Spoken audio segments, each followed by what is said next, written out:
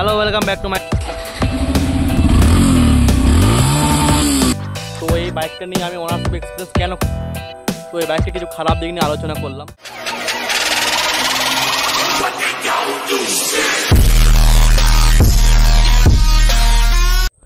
তো আজকে এই বাইকটা সেকেন্ড পার্ট নিয়ে চলে এলাম। তো এই বাইকটা এবার আজকে খারাপ দিকগুলো কি কি বলবো তোমাদের সাথে আলোচনা করব।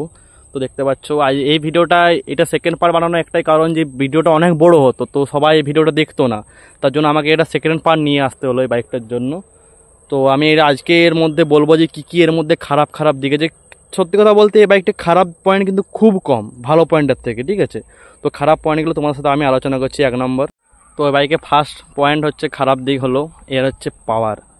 এই বাইকটা 155 সিসির বাইক, ঠিক আছে। তো বাইকটা 155 সিসি হিসাবে, লুক হিসাবে বাইকটা পাওয়ার কিন্তু খুব কম। তো এই বাইকটায় 12.4 বিএইচপি পাওয়ার আছে, ঠিক আছে।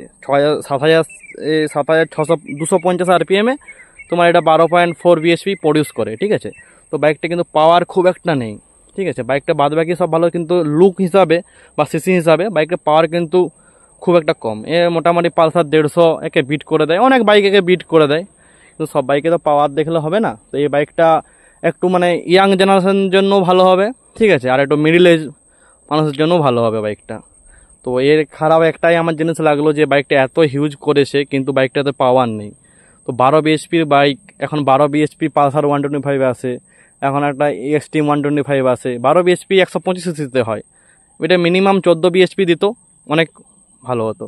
তো এটার এই একটা নেগেটিভ পয়েন্ট লেগেছে আমার কাছে। তো এর পাওয়ারটা আমার এখানে খুব খারাপ লাগছে। এর সেকেন্ড পয়েন্ট আমি তোমার সাথে আলোচনা করি বিল কোয়ালিটি। এগুলো কিন্তু প্রচুর ফালতু কোয়ালিটি, ঠিক আছে।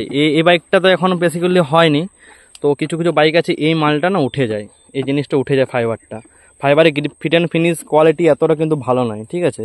এর কোয়ালিটি, বিল কোয়ালিটি আমার কাছে সত্যি কথা বলতে খুব একটা ভালো লাগে না। আর প্রচুর প্যানেল গ্যাপ আছে, বাচ্চা প্যানেলে প্রচুর গ্যাপ প্যানেল, ঠিক আছে। তো বিল কোয়ালিটি বাইকটা কিন্তু সব মোট মিলিয়ে, মানে এখন এটা নতুন দেখতে পাচ্ছি, এটা তো বুঝতে পারবে না। তো আমার বন্ধুর একটা BS4 বাইক ছিল, FZ ভার্সন 3, তো এটার মধ্যে অনেক কিছু বিল কোয়ালিটি প্রবলেম দেখেছি আমি। তার জন্য আমি এই বাইকটা নতুন বাইক বলে বুঝতে পারবে না, নাহলে এই যে এই ট্যাঙ্কির এটা খুলে যায়, এই দিকটা খুলে যায়। তো এখন এটা নতুন বাইক, এটা ইউজ বেশি হয়নি, ওই জন্য এখনো কিন্তু এই প্রবলেমটা এই বাইকের মধ্যে আসেনি। তো মোটামুটি এটা পরবর্তী ক্ষেত্রে খুলে যায় আর কি।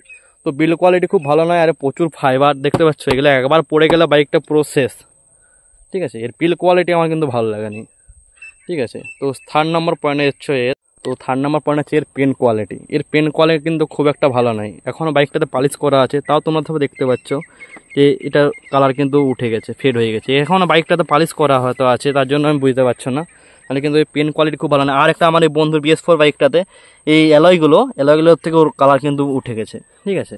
ইঞ্জিনের কালার উঠে গেছে। এটা তো বাইকটা কিন্তু খুব নতুন বাইক, তার জন্য এটা কোনো কিন্তু প্রবলেম পাবে না তোমরা। এই বাইকটা নতুন ব্র্যান্ড নিউ কন্ডিশনে আছে। তো তাও দেখো এটা পালিশ করা আছে, তাও বোঝা যাচ্ছে যে প্রচুর রং উঠেছে। ফাইবার পার্টসের রং কিন্তু খুব একটা ভালো নয় এই বাইকের, ঠিক আছে। তো কালার কোয়ালিটি আর তোমার এই বিল কোয়ালিটি কিন্তু এই বাইকটার খুব একটা ভালো নয় কিন্তু। তো নেক্সট এটার আমি খারাপ দিক নিয়ে আলোচনা করব তোমার সাথে। তো নেক্সট এটার খারাপ দিক যেটা হচ্ছে এর স্পেয়ার পার্টসের প্রাইস। এর বাইকটার পার্টসে প্রচুর দাম, ঠিক আছে। আমি এই বাইকটা সার্ভিসিং 2বার করাতে নিয়ে গেছিলাম। তো সামান্য তোমাদেরকে একটা উদাহরণ দিচ্ছি, এর যে রিয়ারের ব্রেক শ্যুটা হয় না, এর 980 টাকা না বা 1000 টাকার মধ্যে হয়ে যায়। 1000 টাকা দাম কিন্তু এই ব্রেক শ্যুটার, যেটা এমনি আদার্স বাইকের 150, 200, 300 টাকা মতন নেই। তা 1000 টাকা পিছনে রিয়ারের ব্রেক শ্যুটা, একটা সামান্য তোমাদেরকে আমি এটা বললাম একটা সিম্পল পার্টসে। তো এই বাইকটা স্পেয়ার পার্টসে প্রচুর দাম। দেখতে পাচ্ছি অ্যাক্সেলেরেটর ওয়্যার, ঠিক আছে, অ্যাক্সেলেরেটর ওয়্যার দুটো আছে, এটা প্রচুর দাম কিন্তু। এর পার্টসের এই হেডলাইটটা আমি দাম জিজ্ঞাসা করেছিলাম, 11,000 টাকা দাম, ঠিক আছে। এই হেডলাইটটা 11,000 টাকা দাম বলেছিল আমাকে, আমি তো শক হয়ে গেছি। তো এই বাইকের ইয়াম্মার, সত্যি কথা বলতে ইয়াম্মা, হুন্ডা, TVS এগুলোর একটু পার্টসের দাম কিন্তু প্রচুর বেশি। আমার বাজাজ পালসার ছিল, বাজাজ বাইক ছিল, ওই পার্টস কিন্তু খুব কম দামে রিজনেবল প্রাইসে পেয়ে যেতে আমরা। তো এই বাইকের পার্টসের দাম প্রচুর। আমি তোমাদেরকে সামান্য একটা বললাম, এই রিয়ারের ডিস্ক ব্রেকের শ্যুটা এত দাম, আমার মাথা খারাপ হয়ে গেছে শুনে করে, ঠিক আছে। তো এগুলো একটু প্রাইস কিন্তু খুবই বেশি, ঠিক আছে। আর সত্যি কথা বলতে এটা মানে মোটামুটি ব্রেক শ্যু, ওই গাড়িটা 7,000 কত চলেছে, 8,000 কিলোমিটার, একবার চেঞ্জ করা হয়ে গেছে। 5,000 কিলোমিটার ছাড়াই এর ব্রেক শ্যু চেঞ্জ করতে, এবার 5,000 কিলোমিটার ছাড়া যদি 1,000 টাকার ব্রেক শ্যু চেঞ্জ করতে হয় তাহলে কেমন লাগবে বলো। তো বাইকটা পার্টসের প্রাইস কিন্তু খুবই বেশি, ঠিক আছে। ইয়ামাহার সব কিছু, এই বাইকটার বলে পার্টিকুলার এই বাইকটার নয়, R15 নেমে যাও, MT-15 নেমে যাও, সব বাইকের পার্টসের কিন্তু প্রচুর দাম, ঠিক আছে। তো নেক্সট আর এটা খারাপ দিকে আমি তোমাদেরকে বলছি যে এর সার্ভিস কস্ট। তো এই বাইকটা সার্ভিস কস্ট প্রচুর। আমার পালসার ছিল প্রথমে, বাজাজে সার্ভিস করাতাম, এরপর আমি 4V নিয়েছি, অ্যাপাচি নিয়েছি, আমি এখন টিভিএসে সার্ভিস করাই। তো এই বাইকটা আমি সার্ভিস দুবার করাতে নিয়ে গেছিলাম, ঠিক আছে। তো আমার কাছে মনে হলো যে প্রচুর সার্ভিস কস্ট। সামান্য আমি কি করেছিলাম, এই বাইকে হচ্ছে BS6 গাড়ি, তো সফটওয়্যার আপডেট করাতে হয়, ঠিক আছে। তো সফটওয়্যার আপডেট করানোর জন্য আমার কাছে 200 টাকা চার্জ নিয়েছিল। কতক্ষণের কাজ? 1 মিনিট। তো আমার কাছে 1 মিনিটের কাজের জন্য 200 টাকা চার্জ করেছিল ইয়ামাহাওয়ালা। জাস্ট ল্যাপটপে অ্যাড করলো, বা সফটওয়্যার আপডেট হয়ে গেলো, 1 মিনিটের কাজের জন্য 200 টাকা চার্জ করেছিল, ঠিক আছে। তো সার্ভিস কস্ট এর কিন্তু প্রচুর। আর ইঞ্জিন অয়েলটা আমি চেঞ্জ করেছিলাম, আর ফিল্টারটা চেঞ্জ করেছিলাম, ঠিক আছে। নতুন বাইক আর কিছু তো চেঞ্জ করা বা কিছু করাবার কিছু দরকার হয়নি। তো ইঞ্জিন অয়েলটা চেঞ্জ করেছিলাম, আর সফটওয়্যার আপডেট করেছিলাম, আর মোবিল ফিল্টার, এবার এয়ার ফিল্টার এই সব কিছু চেক করেছিলাম। তো আমাকে 300 টাকা চার্জ নিয়েছিল জাস্ট চেক করার জন্য, আর ইঞ্জিন অয়েলটা চেক করার জন্য, যেটা লোকাল গ্যারেজে কোনো গিয়ে চেঞ্জ করালে আমার হার্ডলি 100 টাকা নিত, ঠিক আছে, হার্ডলি 100 টাকা নিত। তো এটা সার্ভিস কস্ট প্রচুর। ইয়ামাহা কেন জানি না, ইয়ামাহা আমাদের ইন্ডিয়াতে সবাইকে লুটছে নাকি কে জানি না। তো প্রচুর সার্ভিস কস্ট আমার এই কাছে লাগে। আমার কাছে বাজাজ পালসার ছিল, এখন অ্যাপাচি 4V আছে, কিন্তু ওদের এত কিন্তু সার্ভিস কস্ট কিন্তু নেয় না। এই বাইকটা সার্ভিস কস্ট প্রচুর।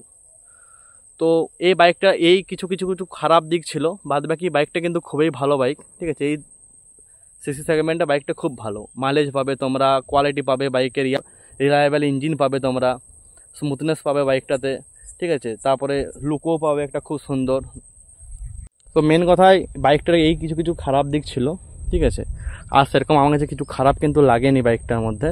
তো যেগুলো আমি পার্সোনাল এক্সপিরিয়েন্স করেছি বাইকটা চালিয়ে, আমি বাইকটা সত্যি কথা বলতে অনেক চালিয়েছি। যার বাইক এটা পার্টিকুলার, সেই বাইকটা কিন্তু চালায় না, রাইড করে না খুব একটা। তো মোটামুটি আমার 4V আছে, আমার বাইকটা তো প্রচুর তেল খায়, ঠিক আছে। তো আমি টুকটাক বাইরে গেলে এই বাইকটা নিয়ে যাই আমি, ঠিক আছে। তো এই বাইকটা আমি তার জন্য এক্সপিরিয়েন্স শেয়ার করলাম তোমাদের সাথে। আমার যেগুলো খারাপ লেগেছে, পার্সোনাল ওপিনিয়ন, আমার এই জিনিসগুলো খারাপ লেগেছে। তো এই বাইকটা কিছু খারাপ দিক নিয়ে আলোচনা করলাম। তো তোমরা সবাই কমেন্ট করে আমাকে জানাও ভিডিওটা তোমাদের কেমন লাগেছে। আর যদি তোমাদের ভালো লাগে ভিডিওটা, তো আমার চ্যানেলটা সাবস্ক্রাইব করো এবং লাইক করো, আমার সঙ্গে সাপোর্ট করো আমাকে। আমি অনেক বাইক নিয়ে আরও ভালো ভিডিও নিয়ে আসার চেষ্টা করব। তো চলো, সাবস্ক্রাইব করো, লাইক করো, আর ভালো একটা কমেন্ট করো ভিডিওটা কেমন লাগলো। আর যদি আমার কোনো ত্রুটি খারাপ দিক পাও, তো তোমরা সবাই একটু কমেন্টে জানাও আমাকে। তো চলো বন্ধু, দেখা হচ্ছে নতুন কোনো ভিডিওতে।